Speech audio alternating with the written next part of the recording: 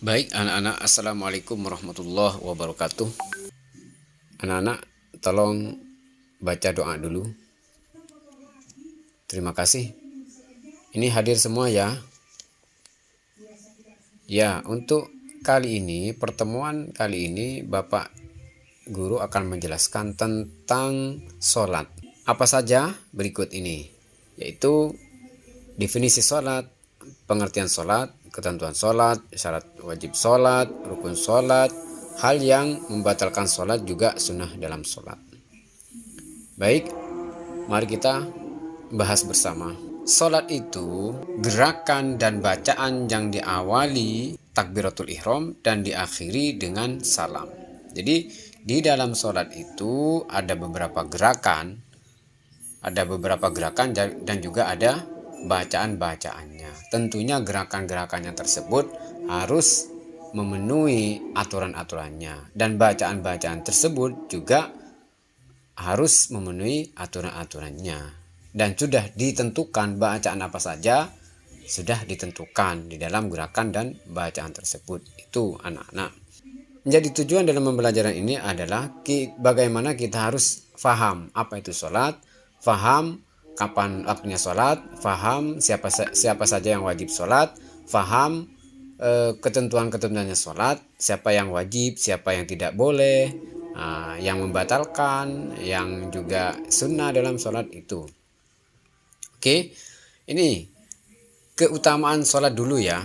Jadi keutamaan sholat 5 waktu, mencegah perbuatan keji dan mungkar, itu sesuai dengan firman Allah ya. Jadi sholat itu mencegah perkataan atau perbuatan yang keji dan mungkar. Bagaimana bisa orang yang masih sholat tapi dia sering melakukan maksiat, tapi dia sering berbuat dosa? Bagaimana bisa? Tentunya pasti ada yang salah, pasti ada yang kurang dalam melaksanakan sholat. Itu anak-anak ya. Terus juga menghapus dosa-dosa kecil. Jadi semakin kita melaksanakan sholat semakin rajin, maka insya Allah kita akan menjadi orang yang lebih baik. Keutamaan sholat sunnah ya. Keutamaan sholat sunnah menyempurnakan sholat wajib, membiasakan sholat sunnah biasa, menemani Rasulullah di surga. Selanjutnya anak-anak, jumlah sholat fardu ada 5 dalam sehari semalam ya. Sekali lagi, jumlah sholat fardu dalam sehari semalam ada 5 waktu. Yang pertama anak-anak tentunya sudah banyak yang paham ya. Pertama itu sholat subuh 2 rakaat, sholat zuhur 4 rakaat, sholat asar 4 rakaat, sholat maghrib 4 rakaat, sholat isya juga 4 rakaat. Itu ya. Diingatkan anak-anak ya. Jadi 2 rakaat untuk subuh, 4 rakaat untuk asar, 4 rakaat untuk zuhur, 4 rakaat untuk isya. Oke, kita lanjut. Nah, sekarang syarat-syarat yang sah ya. Syarat-syarat yang sah untuk melaksanakan sholat. Jadi berarti terkait sah yang tidak, berarti ada yang tidak sah. Ya memang betul anak-anak, ada yang tidak sah. Nah, sekarang yang sah pertama harus Islam. Ya, harus Islam. Kalau bukan orang Islam nggak sah sholat, ya percuma sholat. Karena memang tidak diwajibkan untuk sholat. Yang diwajibkan itu bagi orang yang Islam. Karena sholat merupakan rukun Islam. Jadi syarat-syarat yang sah untuk sholat itu pertama Islam. Harus jadi orang Islam dulu, baru. Suci dari hadas kecil, juga suci dari hadas besar. Apa itu hadas kecil? Hadas kecil itu seperti kentut, seperti kencing. Berikutnya anak-anak, rukun-rukun sholat ya. Rukun-rukun sholat yang pertama niat. Maka nggak sah kalau nggak niat dulu ya. Niat ketika mau melaksanakan sholat. Niatnya apa katanya sholatnya? Kalau sholat duhur ya niatnya sholat duhur, kalau asar ya asar. Bagaimana niatnya? Nanti dijelaskan niatnya. Nomor 2 takbiratul ihram. Takbiratul ihram itu ketika mau melaksanakan sholat, habis niat takbiratul ihram, Allahu Akbar, itu namanya takbiratul ihram. Berdiri bagi yang kuasa ya, bagi yang mampu harus berdiri ya. Bagi yang sakit, kalau masih bisa berdiri monggo berdiri, kalau nggak bisa ya duduk, berbaring ya. Terus membaca surat Al-Fatihah, ini juga menjadi rukunnya sholat ya. Terus membaca surat Fatihah. Hafal kan surat Fatihah anak-anak? Ya, harus hafal ya. Ruku beserta tumak ninah. Ruku, jadi dalam ruku itu harus tumak ninah. Ada tumak ninah. Apa itu tumak ninah? Tumak ninah itu adalah diam sebentar ya. Diam sebentar, kira-kiranya sebentar seperti apa ya, pokoknya bisa membaca Subhana rabbiyal azimi wa bihamdihi 1 kali nggak apa-apa, 3 kali sunnah begitu. Iktidal beserta tumak ninah juga tumak ninah, jadi diam sebentar, jangan langsung iktidal langsung sujud ya. Rukuk langsung iktidal nggak boleh ya. Jadi tidak sah, jadi harus diam sebentar.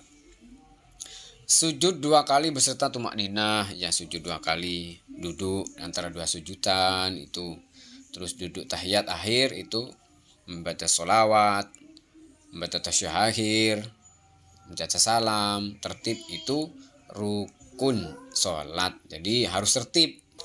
Kami membatalkan sholat. Yang pertama berkata dengan sengaja ya, berkata dengan sengaja gak boleh, itu batal sholatnya ya. Berbicara dengan temannya atau ngomong yang selain, berbicara yang selain doa sholat ya, bacaan sholat gak boleh. Keluar hadas batal, terkena najis batal. Seumpama pas ada ayam, seumpama ada ayam yang lewat pas di kaki kita, karena ayam tuh mengeluarkan kotorannya di kaki kita, maka harus keluar sholat, batal sholatnya. Makan atau minum, seperti contoh di dalam mulut masih ada sisa makanan, kita ngerasa itu kok ada sisa makanan, dimakan ya, dikunyah, itu nggak boleh, batal ya. Tertawa, memang seperti melihat seorang yang kok lucu, tertawa nggak boleh, itu batal. Mengubah niat ya, mengurungkan sholat. Murtad, membelakangi kiblat, mendahului imam, itu semua adalah pekerjaan-pekerjaan yang membatalkan pada sholat. Selanjutnya niat sholat fardu. Ini tadi yang Pak Guru jelaskan, niat sholat fardu sesuai dengan apa yang kita mau sholat ya. Sholat ini niat sholat fardu sesuai dengan niat sholatnya, waktunya. Kalau waktunya zuhur ya sholatnya sholat zuhur, waktunya sholat maghrib ya sholat maghrib, niatnya sholat maghrib. Beda-beda niatnya anak-anak.